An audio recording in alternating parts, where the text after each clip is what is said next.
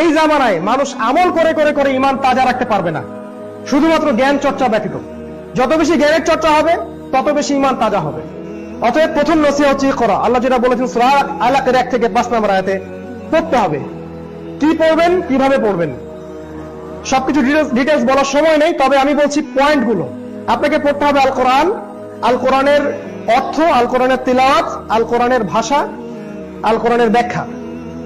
আপনাকে আরবি ভাষা শিখতে হবে, সময় লাগুক 1-2 বছর। বিসিএস ক্যাডার হওয়ার জন্য আপনারা অনেকেই পড়াশোনা করছেন। আপনি যতটা পরিশ্রম বিসিএস ক্যাডার হওয়ার জন্য করছেন, তার চেয়ে বেশি পরিশ্রম আপনাকে ইসলামিক স্কলার হওয়ার জন্য করতে হবে। তখনই আপনি আল্লাহর হক আদায় করেছেন। নচেত আপনি স্রেফ একজন দুনিয়া পূজারী ছাড়া আর কিছুই নয়। আপনি ওই চাকরি চাচ্ছেন শুধু দুনিয়ার জন্য, আর কিছু না, জাস্ট ফর একটা জব, আর কিছু না। যতটা পরিশ্রম আপনি বিসিএস ক্যাডার হওয়ার জন্য করছেন, তার চেয়ে বেশি পরিশ্রম আপনাকে করতে হবে দিন শেখার জন্য। কারণ দিন শেখাটা হচ্ছে প্রথম ফরজ। আমাদের প্রথম ফরজ নামাজ নয়, নো। আমাদের প্রথম ফরজ রমজান মাসে রোজা রাখা না। 10 বছর বয়স হলে নামাজ পড়তে হয়, এটারও আগে ওহী করা হয়েছে। আপনি পড়েন আপনার রবের নামে, যিনি আপনাকে সৃষ্টি করেছেন, আগে পড়তে হবে। আর এখান থেকে মুসলিম উম্মাহ সবচেয়ে দূরে সরে গেছে বলেই আজকে আমাদের এই অবস্থা হয়েছে। আপনাকে পড়তে হবে কোরআন, আপনাকে পড়তে হবে হাদিস, আপনাকে পড়তে হবে রাসূল সাল্লাল্লাহু আলাইহি ওয়াসাল্লামের জীবনী A to Z। কোন দিন রাসূল কি করেছেন সেটা আপনাকে জানতে হবে। যদি জিজ্ঞাসা করা হয় বাংলাদেশ ক্রিকেট টিমে এবার বিশ্বকাপে কারা কারা চান্স পেয়েছে, আপনি গড়গড় করে বলে দিতে পারেন।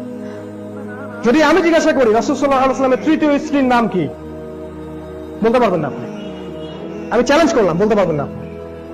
আপনাকে যদি জিজ্ঞাসা করা হয় রাসূল সাল্লাল্লাহু আলাইহি ওয়াসাল্লাম বদরের যুদ্ধ কোন মাসে করেছেন, কোন হিজরিতে, আল কোরআনে কতজন নবীর নাম আছে, আপনাকে যদি জিজ্ঞেস করা হয় কোরআনে সবচেয়ে বেশি কোন নবীর আলোচনা এসেছে, মুহাম্মদ শব্দটা কোরআনে কয়বার আছে, আপনি বলতে পারবেন না। বাট আপনাকে যদি আমি জিজ্ঞেস করি বলিউডের 10 জন তারকার নাম বলেন, আপনি পারবেন। আপনাকে যদি জিজ্ঞেস করি যে বাংলাদেশ ক্রিকেট টিমের টেস্ট দলের অধিনায়কের নাম কি, আপনি পারবেন। এমনকি তার ওয়াইফের নাম আপনি বলতে পারবেন। এটা আমাদের চরম একটা সাফল্য, আমি বলবো আর দুনিয়াবী সাফল্য। সো পড়তে হবে, আপনাকে এই বিষয়গুলো পড়তে হবে, কোরআন, হাদিস, সিরাহ, এরপরে হচ্ছে ফিকহ। আহলুল হাদিস কমিউনিটির একটা সমস্যা আছে, সেটা হচ্ছে তারা ফিকহ পড়তে চায় না। এই কারণেই দেখা যায় যে তারা মুস্তাহাব বিষয়গুলো নিয়ে তর্ক করে, ফরজ বিষয়গুলো ছেড়ে দেয়। একটা মুস্তাহাব বিষয় নিয়ে তর্ক করে মসজিদ ভাগ হয়ে যায়, সেখানে ফরজ ঐক্যটা বিনষ্ট হয়ে যায়।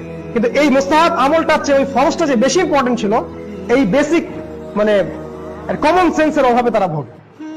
সত্য কথা কাউকে না কাউকে বলতে হবে। আপনি তখনই আমার কথা গ্রহণ করবেন যখন আপনার কাছে মনে হবে কথাটা ঠিক, তার আগে গ্রহণ করার দরকার নাই। ফিট করতে হবে আপনাকে, কোনটা ফরজ, কোনটাকে আপনি বেশি প্রায়োরিটি দিবেন, তারপরে কোনটা, তারপরে কোনটা, তারপরে কোনটা।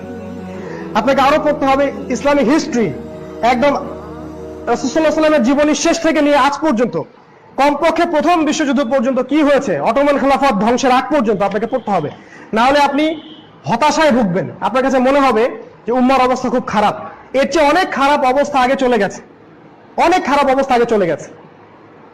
আপনাকে আরো পড়তে হবে সাম্প্রতিক বিশ্ব, মুসলিম বিশ্বের এবং সারা বিশ্বের কোথায় কি হচ্ছে, প্রত্যেকটা কারেন্ট অ্যাফেয়ার্স, প্রত্যেকটা নতুন বিশ্ব, প্রত্যেক দিনের নিউজ আপনাকে দেখতে হবে।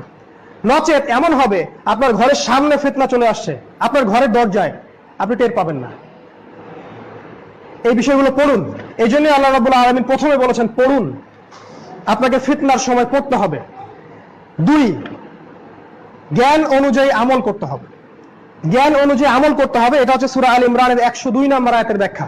আল্লাহ বলেছেন ইয়া আইয়ুহাল্লাযীনা আমানু, হে মুমিনগণ, ইত্তাকুল্লাহ, আল্লাহকে ভয় করো, হাক্কা তুকাতিহ, ভয় করার মতো ভয় করো, ওয়ালা তামুতুন্না ইল্লা ওয়া আনতুম মুসলিমুন, পরিপূর্ণ মুসলিম না হয়ে মৃত্যুবরণ করো না। জানা অনুযায়ী আমল অবশ্যই করতে হবে। আল্লাহ পাক আমাদেরকে জানা অনুযায়ী আমল করার তৌফিক দান করুন, আল্লাহুম্মা আমিন।